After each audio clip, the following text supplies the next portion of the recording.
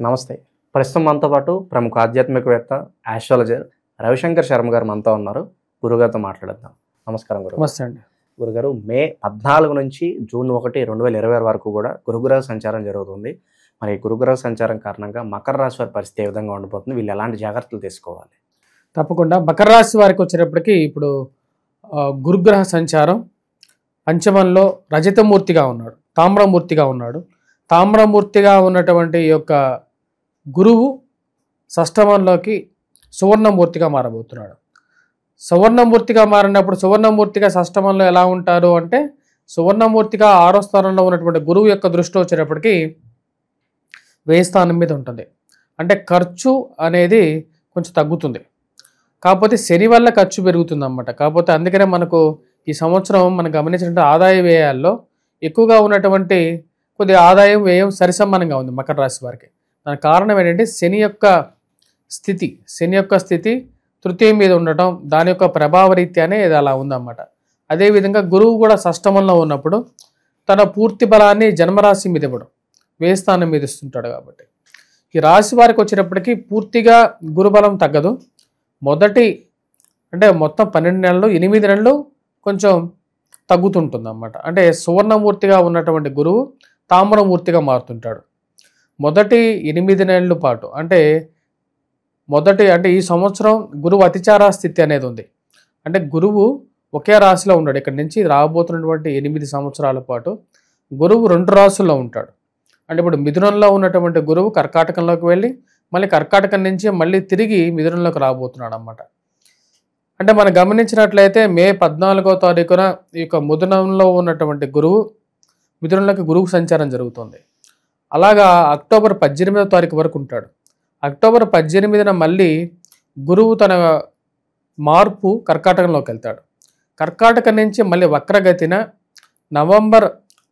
నవంబర్లో వక్రగతి అనేది స్టార్ట్ అవుతుంది. నవంబర్ 11వ తారీఖున. డిసెంబర్ 5వ తారీఖున తిరిగి మళ్ళీ తను వచ్చేటప్పటికి మళ్ళీ యథాస్థానానికి రావడం జరుగుతుంది. మిథునంలోకి రాస్తాడు. ముందుగా వచ్చినప్పటికీ సువర్ణమూర్తిగా ఉంటాడు, తర్వాత తామ్రమూర్తిగా మారతాడు అన్నమాట. సో సువర్ణమూర్తిగా ఉన్నప్పుడు కొంచెం అనుకూలమైనటువంటి ఫలితాలు ఇవ్వగలుగుతాడు. ముఖ్యంగా ఉద్యోగపరంగా వ్యాపారపరంగా చేసేటువంటి పనులు శత్రువుల్ని కొంచెం తగ్గించగలుగుతాడు. ఈ యొక్క సంవత్సరం శని కూడా అనుకూలమైనటువంటి స్థానాల్లో ఉంది మకర రాశి వారికి. అది కొంచెం యోగకారకమైనటువంటి ఫలితాన్ని ఇవ్వగలుగుతుంది. షష్టమంలో ఉన్నటువంటి గురువు యొక్క దృష్టి 1000 స్థానంలో ఉన్నప్పుడు కొంచెం ఖర్చుకారకంగా ఉంటుంది. కాకపోతే కొన్ని యోగాలను కూడా ఇస్తుంది అన్నమాట. అంటే ఖర్చు విషయంలో మరి అదేవిధంగా కొన్ని ఫ్రెండ్షిప్స్లో కొన్ని నష్టాన్ని కలిగించేటువంటి వారి నుంచి దూరం చేస్తుంటుంది. ఈ రాశి వారికి వచ్చేటప్పటికి మెయిన్గా మనం గమనించాల్సింది ఏంటంటే, ముఖ్యంగా ఉద్యోగపరంగా అనుకూలంగా ఉంటుంది. నూతన ఉద్యోగ పొందడం జరుగుతుంది ఈ యొక్క సంవత్సరం. వాటితో పాటు ఈ యొక్క కొత్త ఉద్యోగ అన్వేషణలో అధికమైనటువంటి లాభాన్ని పొందుతారు. వ్యాపారపరంగా కానీ లేకుంటే ఉద్యోగ అన్వేషణలో కానీ.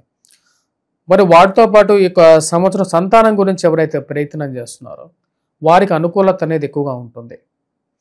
ఎందుకంటే రాశి వారికి భాగ్య దృష్టి అనేది యోగకారకమైనటువంటి ఫలితాన్ని ఇవ్వగలుగుతుంది. కుటుంబ వృద్ధి అనేది ఉంటుంది. కొత్తగా గృహం కొనుక్కోవటం కానీ వాహనం కొనుక్కోవటం కానీ ఇవన్నీ సిద్ధించగలుగుతాయి. ఈ రాశి వారికి అనుకూలమైనటువంటి ఫలితాలుగానే చెప్పవచ్చు.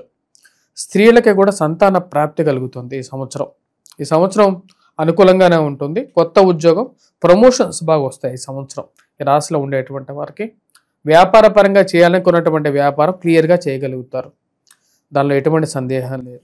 ఎలాంటి వ్యాపారాలు బాగా కలిసి వస్తాయి అంటారు గురుగారు? ఈ రాశి వారికి ఈ యొక్క సంవత్సరం మెటల్స్ బాగా కలిసి వస్తాయి. ముఖ్యంగా మెటల్స్లో ఐరన్, స్టీలు అనేవి బాగా కలిసి వస్తాయి. మ్యాన్ పవర్ కాంట్రాక్ట్స్ చేస్తారు కదా, అంటే మనుషుల్ని సప్లై చేస్తుంటారు. అలాంటి బిజినెస్లో బాగా పనికి వస్తుంటాయి. నెక్స్ట్ దాంతోపాటు ఈ యొక్క రాశిలో ఉండేటువంటి వారికి సిమెంట్ కన్స్ట్రక్షన్, హౌస్ కన్స్ట్రక్షన్ చేసేటువంటి వారు, బ్రోకరేజ్ పనులు చేస్తుంటారు. చిన్న హౌస్ బ్రోకరేజ్ పనులు చేసేటువంటి వారు, ఇవన్నీ బాగా కలిసి వచ్చే విధంగా ఉంటుంది. కొత్త అవకాశాలు వస్తాయి ఈ సంవత్సరం. ఈ రాశిలో ఉండేటువంటి వారికి కొత్త అవకాశాలు అందిపుచ్చుకోగలుగుతారు. Coffee tea hotel stalls run చేసేటువంటి వారు కూడా 10 రూపాయలు ఎక్కువ సంపాదించగలుగుతారు గతంతో పోల్చుకుంటే. కానీ ఖర్చు కూడా కొంచెం అదే విధంగా ఉంటుంది. దానికి గల కారణం వచ్చేటప్పటికీ యాక్చువల్గా ఈ 2 గ్రహాలు కాదు, శని కాదు, గురువు కాదు, ఇంకో గ్రహం ఉంది, అది రాహువు అన్నమాట. రాహువు ఈ సంవత్సరం కూడా 18వ తారీఖు రాబోతున్నాడు. అది ధనస్థానంలోకి రాబోతుంది. ధనస్థానంలోకి రాహువు, అష్టమంలోకి కేతువు జరుగుతుంది. దీని ప్రభావం యాక్చువల్గా వచ్చేటప్పటికి వీళ్ళకి ఖర్చు కారకమైనటువంటి గ్రహాన్ని తెలుసుకొని దానికి పరిహారం చేయటమే పరిహారం అంటారు. అంతేగాని అన్ని గ్రహాలకి పరిహారం చేసుకోవాల్సినటువంటి అవసరం అనేది లేదు. కాబట్టి మనకు అసలు ఫస్ట్ ఆస్ట్రాలజీలో కొంచెం బ్యాక్గ్రౌండ్ ఉంటే ఏ గ్రహం అనేది తెలుసుకొని ఆ గ్రహానికే చేయాలి అంతే. అన్నిటికీ చేయడం ఎందుకు, ఇప్పుడు అది కరెక్ట్గా కూడా మంచి ఫలితాన్ని కూడా ఇవ్వదు. మరి అదేవిధంగా ఈ రాశిలో ఉన్నటువంటి విద్యార్థులకు కూడా ఈ సంవత్సరం అనుకూలమైనటువంటి ఫలితాలుగానే చెప్పచ్చు. విద్యాన్వేషణ ముగించుకున్నటువంటి వారికి ఉద్యోగం రావటం, రాజకీయ నాయకులకి మంచి పొజిషన్స్లో పదవి పొందటం అనేది తథ్యం. దానిలో ఎటువంటి సందేహము అవసరం లేదు. గ్యారంటీగా ఒక మంచి పొజిషన్ వస్తుంది. మరియు అదేవిధంగా నామినేటెడ్ పొజిషన్స్ గురించి చాలామంది ప్రయత్నాలు చేసేటువంటి వారికి ఓ నామినేటెడ్ పొజిషన్ రావడం, వాళ్ళ బంధువులకు కానీ రాజకీయ పరపతి పెరగటం, ఎక్కడికి పోయినా సరే గౌరవం, మర్యాద ఇవన్నీ ఏవైతే ఉన్నాయో అవన్నీ పొందగలుగుతారు. ఇవన్నీ ఒక మంచి పరిహారాలుగానే చెప్పచ్చు. ఈ యొక్క సంవత్సరం అయితే అనుకూలంగానే ఉంది. మరి వాటితో పాటు ఈ సారి ఉద్యోగ వ్యాపార పరంగా గోల్డ్ బిజినెస్ అనేది కూడా కొంచెం బాగానే సంపాదించగలుగుతారు. వాటిలో కూడా 10 రూపాయలు ఎక్కువగానే సంపాదిస్తారు. Book stalls, tea stalls run చేసేటువంటి వారు, విద్యాలయాలు మెయింటైన్ చేసేటువంటి వారికి కూడా అనుకూలమైనటువంటి ఫలితాలుగానే గోచరిస్తూ ఉన్నాయి. ఓవరాల్గా వచ్చేటప్పటికి ఈ సంవత్సరం మంచి ఫలితాలు అనేవి పొందడం జరుగుతుంది. ఈ సంవత్సరం ఈ రాశి వారు మరిన్ని సానుకూలమైనటువంటి ఫలితాల కోసం గురుగ్రహం మంత్రజపం చేసుకోవటం, దక్షిణామూర్తి శ్లోకాన్ని పఠించటం, మరియు అదేవిధంగా రాహుగ్రహం మంత్రజపం చేసుకోవాలి, దుర్గాదేవిని పూజించాలి. వీటన్నిటితో పాటు వటవృక్షం కింద దీపారాధన చేసి దాని చుట్టూరు తిరగాలి, ప్రదక్షిణ చేయాలి. ఎందుకంటే విద్యార్థులకు అది చాలా ముఖ్యం. ఆ విషయాన్ని చేయాల్సినటువంటి ముఖ్యమైనటువంటి సూచన. ఓవరాల్గా గురుగ్రహ సంచారం కారణంగా మకర రాశి వారికి ఏ విధంగా ఉండబోతుందో మీ మాటల్లో చాలా బాగా వివరించారు గురుగారు. ధన్యవాదాలు.